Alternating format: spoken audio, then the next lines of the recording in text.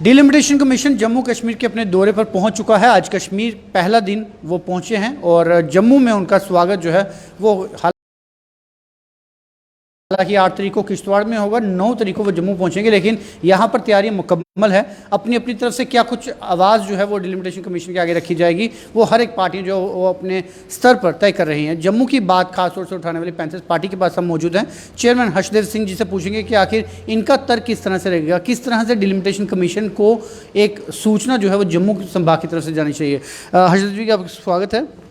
आपको क्या लगता है जम्मू की क्या डिमांड्स है जो डिलिमिटेशन कमीशन ये कहते हैं कि बराबर का हिस्सा मिलना चाहिए जम्मू और कश्मीर को, क्योंकि सीटों में जो असमानता है वही मुख्य कारण है कि हर सफ़ेयर में जम्मू के साथ डिस्क्रिमिनेशन आज की तारीख में हो रहा है। कश्मीर को 46 सीटें हैं, जम्मू को 37 सीटें हैं। पॉलिटिकल डोमिनेंस कश्मीर की रहती है और यही एक सबसे बड़ा कारण है कि जम्मू को जो है एक सौतेले व्यवहार मिलता है हमेशा, चाहे वो मुलाजमत की बात हो, चाहे वो एलोकेशन ऑफ फंड्स की बात हो, डेवलपमेंट प्रोजेक्ट्स की बात हो, टूरिज़म की बात हो, पावर सेक्टर की बात हो। यहाँ जम्मू जो है वो डिप्राइव हो जाता है। अगर सीटें बराबर हो जाती हैं, पॉलिटिकल पावर में बराबर का हिस्सा मिलता है, तभी ये डिस्क्रिमिनेशन काफ़ी हद तक जो है इसको रोका जा सकता है और बराबरी की बात जो है वो उसकी एक शुरुआत हो सकती है। और इसलिए हम ये कहते हैं कि ये बात जो है ये उठाई जानी चाहिए और पैंथर्स पार्टी उठाएगी और इसमें कोई दिक्कत नहीं होनी चाहिए। मैं ये कहता हूँ कि एक यहाँ भ्रम पैदा नहीं देखा जाएगा। और भी फैक्टर्स हैं। जो हमारे जोग्राफिकल एरिया जो है वो 26,293 स्क्वायर किलोमीटर है जम्मू का, और कश्मीर का जोग्राफिकल एरिया जो है वो 15,948 स्क्वायर किलोमीटर। अब तो लद्दाख भी अलग हो गया। मैं लद्दाख की नहीं बात कर रहा हूँ, मैं जम्मू कश्मीर की बात कर रहा हूँ, जो यूनियन टेरिटरी। तो हमारा जो रकबा है वो कश्मीर से लगभग दुगना है। और इसके अलावा अगर आप कानून देखें, जो J&K रीऑर्गेनाइजेशन एक्ट है, उसमें ये कहा गया है कि पॉपुलेशन के अलावा और भी फैक्टर्स होंगे जिनके ऊपर डिलिमिटेशन जो है वो जो है उसका फैसला होगा। जैसे फिज़िकल फीचर्स हैं, जैसे फैसिलिटीज़ ऑफ कम्युनिकेशन है, कन्वीनियंस टू द पीपल है। ऐसे फैक्टर्स और भी बताए गए हैं, सिर्फ पॉपुलेशन फैक्टर नहीं है। लेकिन ये एक ऐसे एक भेड़ चाल चल पड़ी है। हाँ जी, वो सेंसस के मुताबिक हमें नहीं मिलेगा, नहीं मिलेगा, नहीं मिलेगा हमें हिस्सा। पहले से ही बीजेपी ने ग्राउंड बनाना तैयार कर दिया है, क्योंकि वो जम्मू को हिस्सा देना ही नहीं चाहते हैं, वो कश्मीर को देना चाहते हैं। क्योंकि कश्मीर में वो कोशिश कर रहे हैं कि कमल खिले, लेकिन कमल कभी नहीं खिलेगा कश्मीर के अंदर। ये भारतीय जनता पार्टी अच्छी तरीके से समझ लें, और इस चक्कर में वो जम्मू को भी गवा बैठेंगे, ये मुझे पूरा भरोसा है। तमाम फैक्टर्स को मद्देनज़र रखते हुए हम डिलिमिटेशन कमीशन से ये इल्तिजा करेंगे कि जम्मू की और कश्मीर की बराबर सीटें होनी चाहिए। अब ये 2011 का जो रोना रो रहे हैं, ये उस वक़्त कहाँ थे 1.5 साल पहले, जब ये कहा गया कि 2011 के ऊपर जो है ये डिलिमिटेशन होगा। ये किसने फ़ैसला लिया है? केंद्र सरकार ने ये फ़ैसला लिया 2019 में, जब इन्होंने बिल पास किया दोनों सेशन में पार्लियामेंट के, और रीऑर्गेनाइजेशन एक्ट बनाया। उसी में ये कहा कि 2011 के सेंसस के ऊपर ये करेंगे। उस वक्त क्यों नहीं फैसला लिया गया कि 2021 के करेंगे?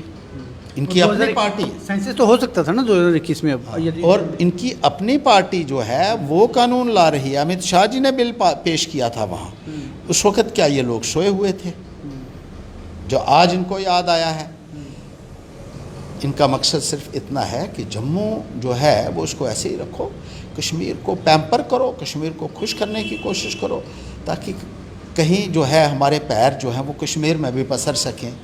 लेकिन बहुत बड़ी गलतफहमी में है। इनको इसका सिला जो है वो आने वाले वक्त में ज़रूर मिलेगा। हर्षदेव जी, जो ऑल पार्टी मीटिंग हुई थी उसमें ये शिकायत रही थी कि जम्मू की आवाज़ वहाँ पर नहीं सुनी गई, और अब जब ये डिलिमिटेशन कमीशन आ रहा है, महबूबा मुफ्ती ने साफ कर दिया कि वो डिलिमिटेशन कमीशन के साथ नहीं मिलेंगे। हालांकि कश्मीर की बात हुई तब भी वो नहीं मिलेंगी। तो ऐसे में आपको लगता है कि अब पैंथर्स पार्टी फिर से मिलेगी तो नुमाइंदगी हो पाएगी डिलिमिटेशन कमीशन के आगे? हमें कुछ लेना देना नहीं है, वो मिलते हैं या नहीं मिलते हैं। महबूबा मुफ्ती मिले ना मिले, हमें क्या लेना देना उससे? जम्मू की बात करेगी पैंथर्स पार्टी और ठोक के करेगी। आपको लगता है कि और भारतीय जनता पार्टी को भी जो है मैं एक बात कहना चाहूँगा कि डबल डीलिंग करना बंद कर दीजिए। जो बातें आपको ऑल पार्टी मीटिंग में करनी चाहिए थी वो बातें आपने वहाँ नहीं की। वहाँ आप गुणगान करते रहे अपने केंद्रीय मंत्रियों का। आपने उनको ये नहीं कहा वहाँ कि 2011 के ऊपर क्यों आप करवा रहे हैं, वहाँ नहीं किसी ने कहा। वहाँ ये नहीं कहा कि POJK के जो लोग हैं जो यहाँ आ गए हैं माइग्रेंट्स, उनको 8 सीटें दे दीजिए, ये नहीं कहा उन्होंने। अब कह रहे हैं।